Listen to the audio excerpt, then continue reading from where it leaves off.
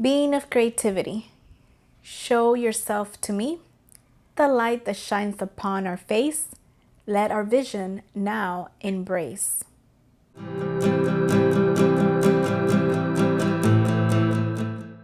Hello everybody and welcome back to another episode of Write with Maggie. This is the second episode in a series of videos I'm going to be producing relating to writing and my love of storytelling.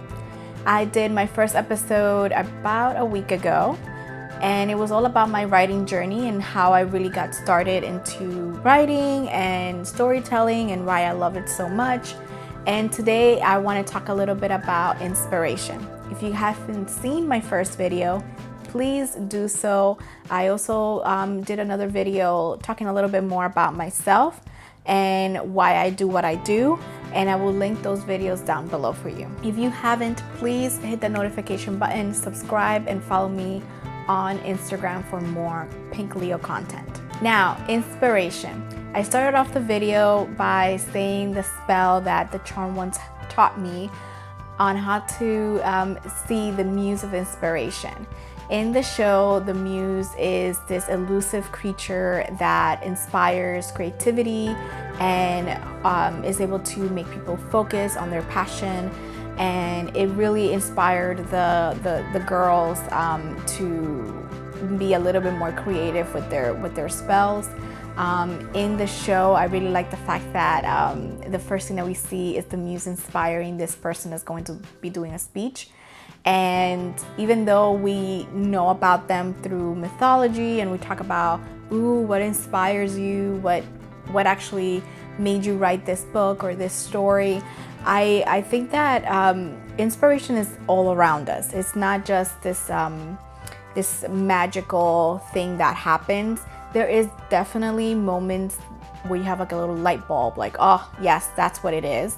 But I think it's, if you're open to it, it will come to you. I don't think that inspiration is something that you have to go out there and search for. I think actually the more you search for it, the least it will come to you. At least for me, I could be, watching a movie, reading a book, or I can be listening to music. Music is really a big trigger for me, and something will come. And it's not just, oh, this fantastic story. Sometimes it's little things, like there's little words in a lyric or a beat that triggers that action sequence in your story, or it could be the color of, I don't know, like the color of a book cover or a flower that then says, okay, this is the color that my character will wear, or is this specific pink that she would have on her lips, and things like that. It's not really the big picture all the time. I think inspiration for me has always been more of like a problem solver.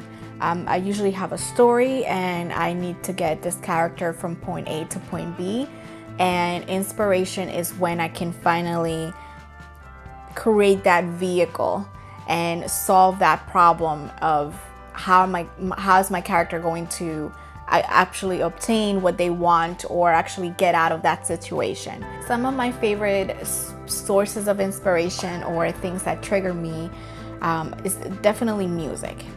And when I listen to a song, lyrics really speak to me. It could be a line that speaks to me. I really like Florence and the Machine. I mentioned her and her band in an earlier video. I also really like Sia, Imagine Dragons. I like little bit like alternative rock. I also like something like Linkin Park, that a song really, what it does for me, it creates a scene. And yes, that's probably part of what the song is and what music does. It makes you visualize what is happening. But for me, it's always the sequence of events that happens within a story. And the lyrics and also the tempo of the song really helps me create that mood and that pacing. Is this going to be something that is urgent, that needs to happen really quickly? Or even if this is urgent, is this going to be a scene where there's a little bit more emotion, and it's slow, and it's slow because of something needs to be the reason why it is the way that it is. And music does that for me. It really creates that it sets that tempo. I really like something like Black Violin. Their music has really created scenes for me, like whole pages of an entire sequence based on just one or two of their songs. Linkin Park, I mentioned before, has always been, for a very, very long time, for years and years and years, there are certain songs that I can't really listen to without thinking of that story, of that scene. The way that I can describe music and what it really does for me, especially because I listen to the same song over and over again, and years can go by and I will still be triggered and be taken back to that exact same scene, is like this. Usually the scene is a little bit of a blur. You know, I'm looking at it through a very shallow lens, and music then puts in that focus, and years can go by, and the more I listen to the song, there are so many things that become in focus until the entire picture is then unfocused. And sometimes after years, I've discovered that there are little things in the corner that I didn't realize before that are there now, and that can then trigger another set of action, another set of reaction, and even sometimes another story. I don't know what I would do without Pinterest. I have a Pinterest board with just names. I collect names. I'm going to be having an episode all about my love of names and what they mean to me, and how they define my characters. But I collect names. On Pinterest, sometimes you can type in the name or like meaning of names or something, and people have already created graphics where there's a scenery and there's the name and then there's a definition, and I love collecting those on Pinterest. I have a board for it. I also have a mood board for one of my stories, and anything that from fashion to I don't know, a quote, a piece of scenery, a meme, it could be anything that reminds me of that story. I collect it and I put it in that board. Sometimes I'll be looking for things for myself, whether it is, you know, I don't know, nail art or a new hairstyle or something. And whatever I find, sometimes it doesn't belong to me, it belongs to one of my characters, so I put it into that folder. I am very wary when it comes to the media that I consume, because as much as it inspires me, it can also hinder my creativity, in that sometimes I say, oh, this has already been done, or oh man, I wish I've thought of that first, or I would think that it would give me the answer way too quickly. So this happens a lot with Charmed and Supernatural, because they're some of my favorite shows, and Buffy as well, and those are shows that I watched more than once, so I know what would happen. I know the lines of the show. I know what the aesthetics are for that scene and all of that. I've studied them. And if I'm in the middle of writing something and I'm in the middle of, you know, I really need to figure this out, I do not watch those shows, because I would think that it would give me the answer way too quickly. Oh, I can just do this. And not only do I like to be challenged, but I wouldn't want it to inspire me to create the exact same thing I just saw. So I'm very wary when it comes to the certain types of media that I'm watching or I'm consuming certain times of the year, like depending on what I'm writing. If I'm starting off from scratch, if I'm starting something new, I have been working on this. For example, I've been working on this tech story for a very long time, and I just started watching Mr. Robot very, very late to the game, but it was more because I am not familiar at all when it comes to tech, even though I have this really great tech story. I think it's great, but I have no idea, and it has to do with like cyber crime and things like that.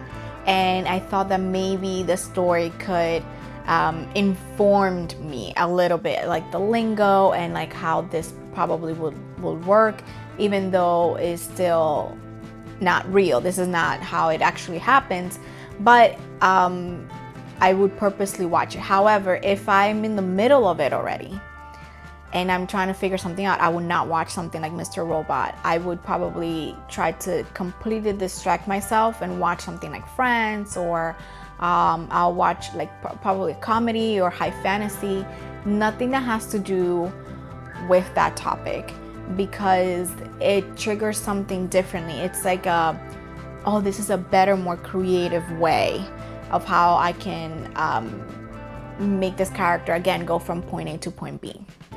I've just discovered that real life is just much more fascinating sometimes than the fantasy and the sci-fi. And that fantasy and sci-fi couldn't really be the great genres that they are, and my favorite genres, if it wasn't because of the realness that it encompasses.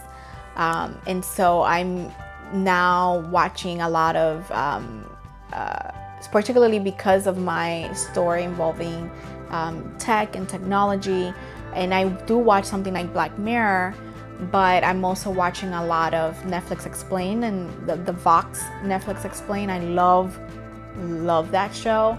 I always feel like I learned something, and then I have to like go back and like rewatch, or I would have to go, and it triggers this my scholarly brain, like I want more knowledge. I was watching this one about designer DNA, and I was like, oh, Brave New World, interesting. Or I was watching the one about, the vaccine and how it's created, and it's just so fascinating to me how fantasy and sci-fi are not so far away from reality as I thought. So you may be wondering, oh, what can I do to become inspired? I would say be open, but don't search for inspiration. Be open, go about your day, do your normal daily life. And when you least expect it, that's when something will come to you. Take a walk, listen to, listen to either classical or instrumental music, or instrumental versions of your favorite songs. Nothing with lyrics, I would say. Walking around, you would also get triggered by a person that you see, people watching, and maybe open up your senses as well. So I would probably go to the supermarket where you can touch, smell, where you can feel something, where you can see something. I would probably go get something to eat, something that you can walk around but still eat, like ice cream, for example. Just trigger your senses in that regard. But you should be writing every single day. I write every single day. I don't write a story every single day. I don't write for television every single day. I don't write my blog every single day, but I write every single day. It could be, I'm trying to do calligraphy.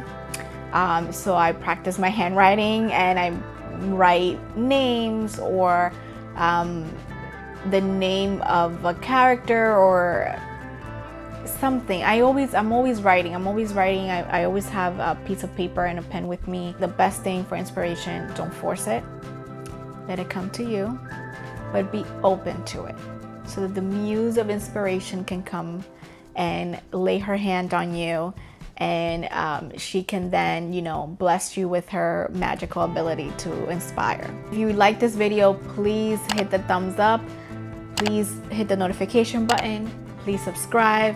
Please follow me on social media. I know it's a lot, but it would really help me figure out if you really are liking this series and if I should continue with it. If you want to see a little bit more about what I write, I will definitely put the link down below to my blog.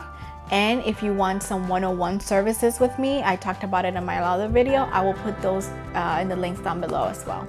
Thank you so much for watching, and I can't wait for you guys to watch the third part to this inspiration, starting off a brand new story. So thank you guys for watching Write with Maggie, and see you guys next time.